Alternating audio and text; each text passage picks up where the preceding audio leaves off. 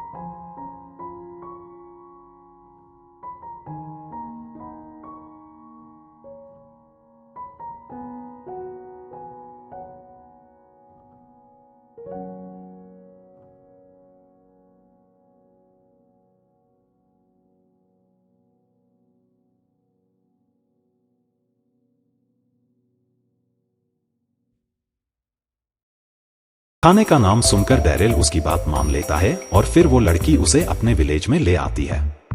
आगे वो लड़की उसे अपने घर ले आती है जहां पर उसके पेरेंट उसका शुक्रिया करते हैं। फिर वो लड़की अपने आप को इंट्रोड्यूस करते हुए कहती है कि मेरा नाम मलिका है। अब डैरेल मन ही मन सोच रहा था कि वो अभी एक दुश्मनों के विलेज में है, इसीलिए उसे अपनी पहचान सबसे छुपानी होगी वरना वो लोग उसे मार देंगे। तभी मलिका उससे पूछती है कि आप फॉरेस्ट में क्यों थे, जिस पर डैरेल एक बहाना बनाते हुए कहता है कि मेरे पुराने एम्प्लॉय ने मुझे काम से निकाल दिया, इसलिए मैं बस ऐसे ही भटक रहा था। इसके बाद मलिका बहुत ज्यादा इमोशनल हो जाती है और डैरेल को उसके साथ इस विलेज में रहने के लिए इनवाइट करती है। और इससे पहले वो उसे मना कर पाता, मलिका के डैड और मॉम भी इसके लिए मान जाते हैं। अब यह देखकर डैरेल भी उनकी बात मान लेता है और यहां रहने का तय करता है। आगे जब रात को डैरेल अपने रूम में सो रहा था तब मलिका उसके डोर के सामने आकर उसे बुलाती है और थैंक यू कहती है। वह कहती है कि मुझे आज तक किसी आदमी ने नहीं बचाया था, इसीलिए आज मुझे बहुत खुशी है। और इतना कहकर वह वहां से चली जाती है।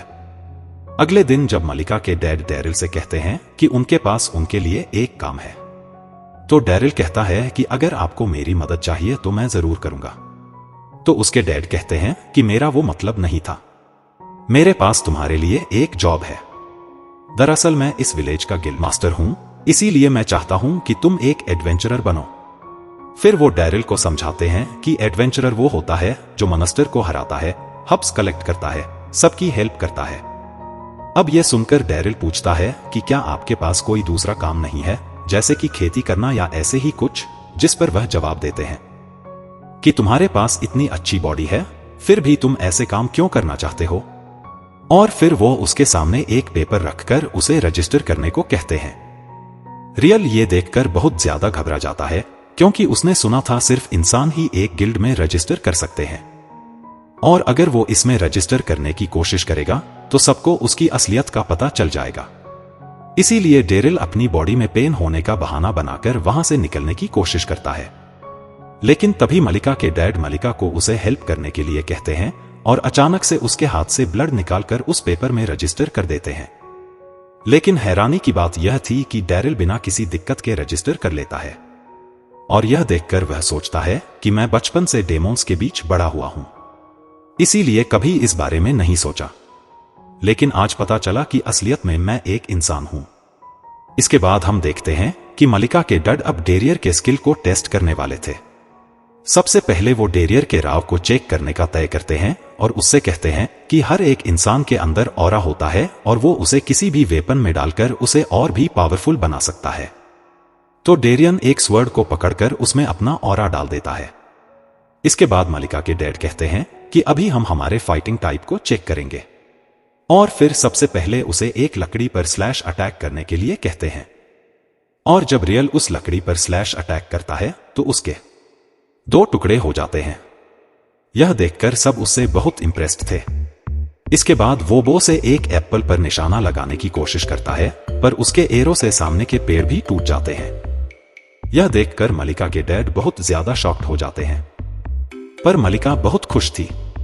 अगले टेस्ट में उसे एक पत्थर पर अटैक करना था और जब वो उस पत्थर पर अटैक करता है तो उस पत्थर के भी टुकड़े टुकड़े हो जाते हैं। अब आखिरी टेस्ट में उसे एक शील्ड से अपने आप को प्रोटेक्ट करना था। इसीलिए मलिका के डैड एक आयरन का बना हुआ बहुत बड़ा हैमर लेकर आते हैं और उसके ऊपर अटैक कर देते हैं। लेकिन आखिर में वह खुद ही पीछे गिर जाते हैं। और यहां पर हमें पता चलता है कि डेरिल के पास हर एक फील्ड में बहुत ज्यादा पावर है। इस जानकारी के बाद मलिका के डैड उससे कहते हैं कि तुम्हारा टैलेंट बहुत ज्यादा रेयर है, इसीलिए मैं तुम्हारे जैसे टैलेंटेड लड़के को हमारे विलेज में बंद नहीं रखना चाहता। सेंटर गिल्ड में ज्वाइन करना हर एडवेंचरर का सपना होता है और तुम उसके लिए पहले से ही क्वालिफाइड हो। इसीलिए अगर तुम चाहो तो मैं एक रिकमेंडेशन लेटर भी लिख सकता हूं। तभी डेरिल की नजर मलिका पर जाती है, जो कि उसके जाने की खबर सुनकर बहुत ज्यादा सैड थी।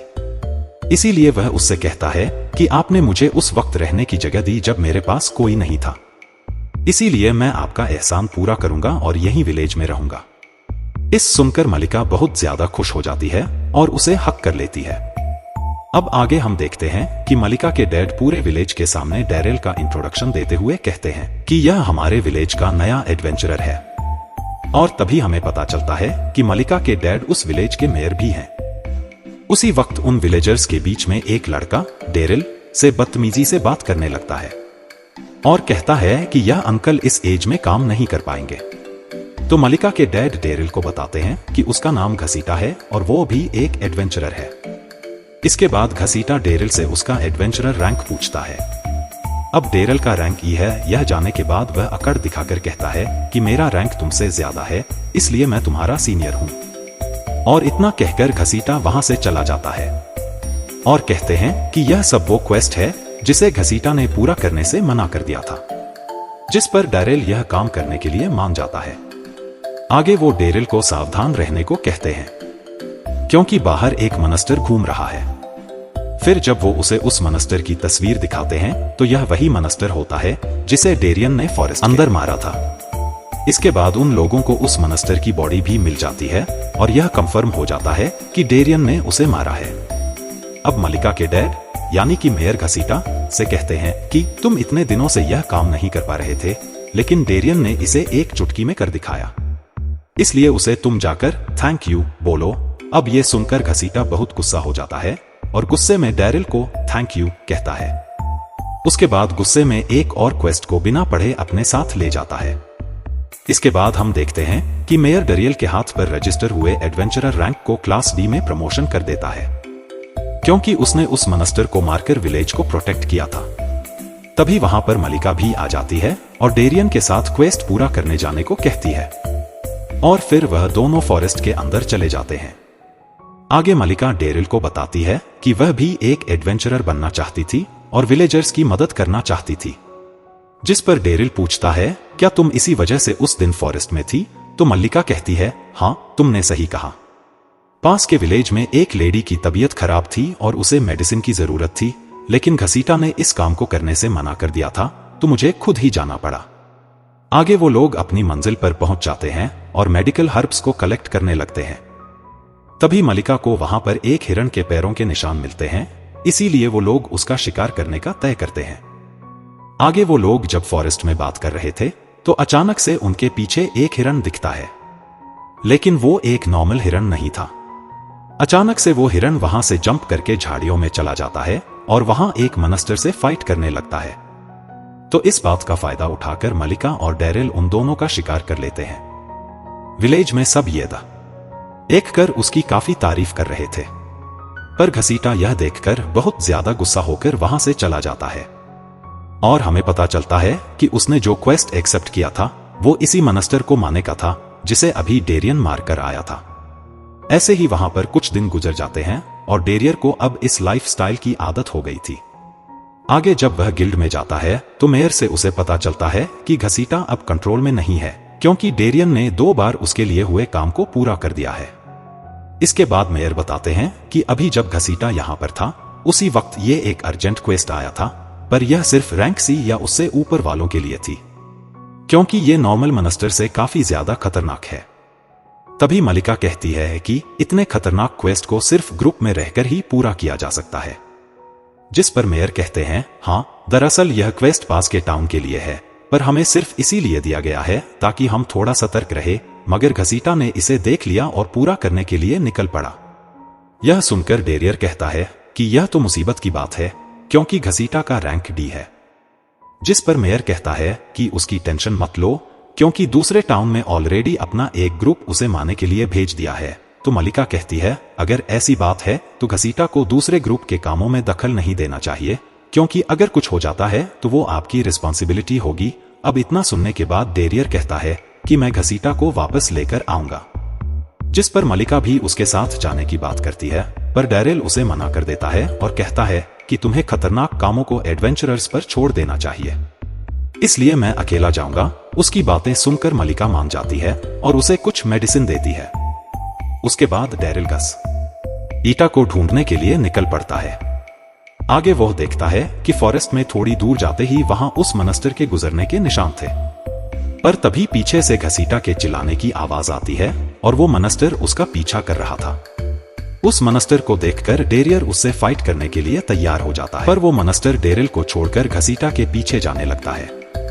आगे जब वो मॉन्स्टर घसीटा पर अटैक करने ही वाला था तो डेरियन पीछे से आकर उस पर अटैक करके उसे रोक देता है, और तभी वो मॉन्स्टर रियल पर अपने टेल से बहुत तेज अटैक करता है, लेकिन डेरियन अपने डिफेंस मैजिक से उसे रोक लेता है, पर इसमें उसके सर्ड के टुकड़े टुकड़े हो जाते हैं। अब ये देखकर डेरियर कंफ्यूज हो जाता है कि वो उस पर कौन सा अटैक करेगा, और तभी वो अपने टूटे हुए स्वर्ड के टुकड़े को पकड़कर उस मॉन्स्टर पर फायर कर देता है, जिससे वो मॉन्स्टर वहीं पर मारा जाता है। आगे वो घसीटा की चोट पर मल्लिका के दिए हुए मेडिसिन लगाता है और उससे कहता है कि फिक्र मत करो, मल्लिका ने पहले से मुझे उस मॉन्स्टर के पॉइजन का एंटीडोट दिया था, इसीलिए तुम जल्दी ठीक हो जाओगे। अब ये देखकर घसीटा उससे पूछता है कि तुम इतना सब कुछ कैसे कर लेते हो, जिस पर डेरिल कहता है कि मैंने हर्ब्स के बारे में मलिका से सीखा है और मुझे पता है कि इस दुनिया में कोई भी चीज सीखना कभी बेकार नहीं जाती। यह सुनकर घसीटा काफी इमोशनल हो जाता है और वहीं पर रोने लगता है। इसके बाद हम देखते हैं कि जब डेरियर और मेयर बैठकर खाना खा रहे थे तभी घसीटा वहां आकर डेरियर को गुड मॉर्निंग कहता है और बॉस कहकर बुलाने लगता है। फिर वो उसके पास आकर कहता है कि मैं जल्दी ठीक होकर बॉस के नीचे काम करना चाहता हूं। अब ये सुनकर डेरियन सोचता है कि कुछ दिन पहले तक मैं डीम किंग के आर्मी में बस एक लूजर था, पता नहीं वो 4 जनरल्स अभी तक हीरो से फाइट कर रहे होंगे या नहीं। तभी हम 4 जनरल्स को देखते हैं, जिसके एक मेंबर को हीरो के ग्रुप ने बहुत ज्यादा इंजर्ड कर दिया था। वो कहती है कि मेरी यह हालत इसीलिए हुई क्योंकि मुझे नहीं पता था कि उसके ग्रुप में अभी नए मेंबर्स भी आ गए हैं। जिस पर एक और जनरल उससे पूछता है कि क्या तुम्हें इतना भी नहीं पता कि लड़ाई करने जाने के पहले उनके ऊपर नजर रखकर सिचुएशन को समझना एक जरूरी चीज होती है। तो इसके जवाब में वह कहती है कि यह सब इस न्यू असिस्टेंट की गलती है, क्योंकि उसने सही से अपना काम नहीं किया। यह सुनकर एक और जनरल कहती है कि हमने ऑलरेडी 4-5 असिस्टेंट चेंज करके देख लिया, लेकिन कोई ढंग से काम नहीं करता। तो क्या हमें डेरिल को वापस नहीं बुला लेना चाहिए? वह हमेशा अपना काम परफेक्ट तरीके से करता था। साथ ही हमारी सेहत का भी ख्याल रखता था और जरूरत के टाइम पे वह हमेशा हमारी मदद भी करता था। अब जब वो चला गया है तो मुझे रियलाइज हुआ कि हमें उसकी कितनी जरूरत है। लेकिन यह सब सुनकर दूसरा जनरल बहुत ज्यादा गुस्सा हो जाता है और कहता है कि मैं उसे कभी वापस आने नहीं दूंगा। और इसी के साथ हम इस पार्ट को यहीं पर एंड करते हैं। और अगर आपको आगे की कहानी जाननी है तो हमें कमेंट करके जरूर बताएं। वीडियो अगर पसंद आई हो तो चैनल को सब्सक्राइब करके बेल आइकॉन जरूर दबा लें। Thanks for watching.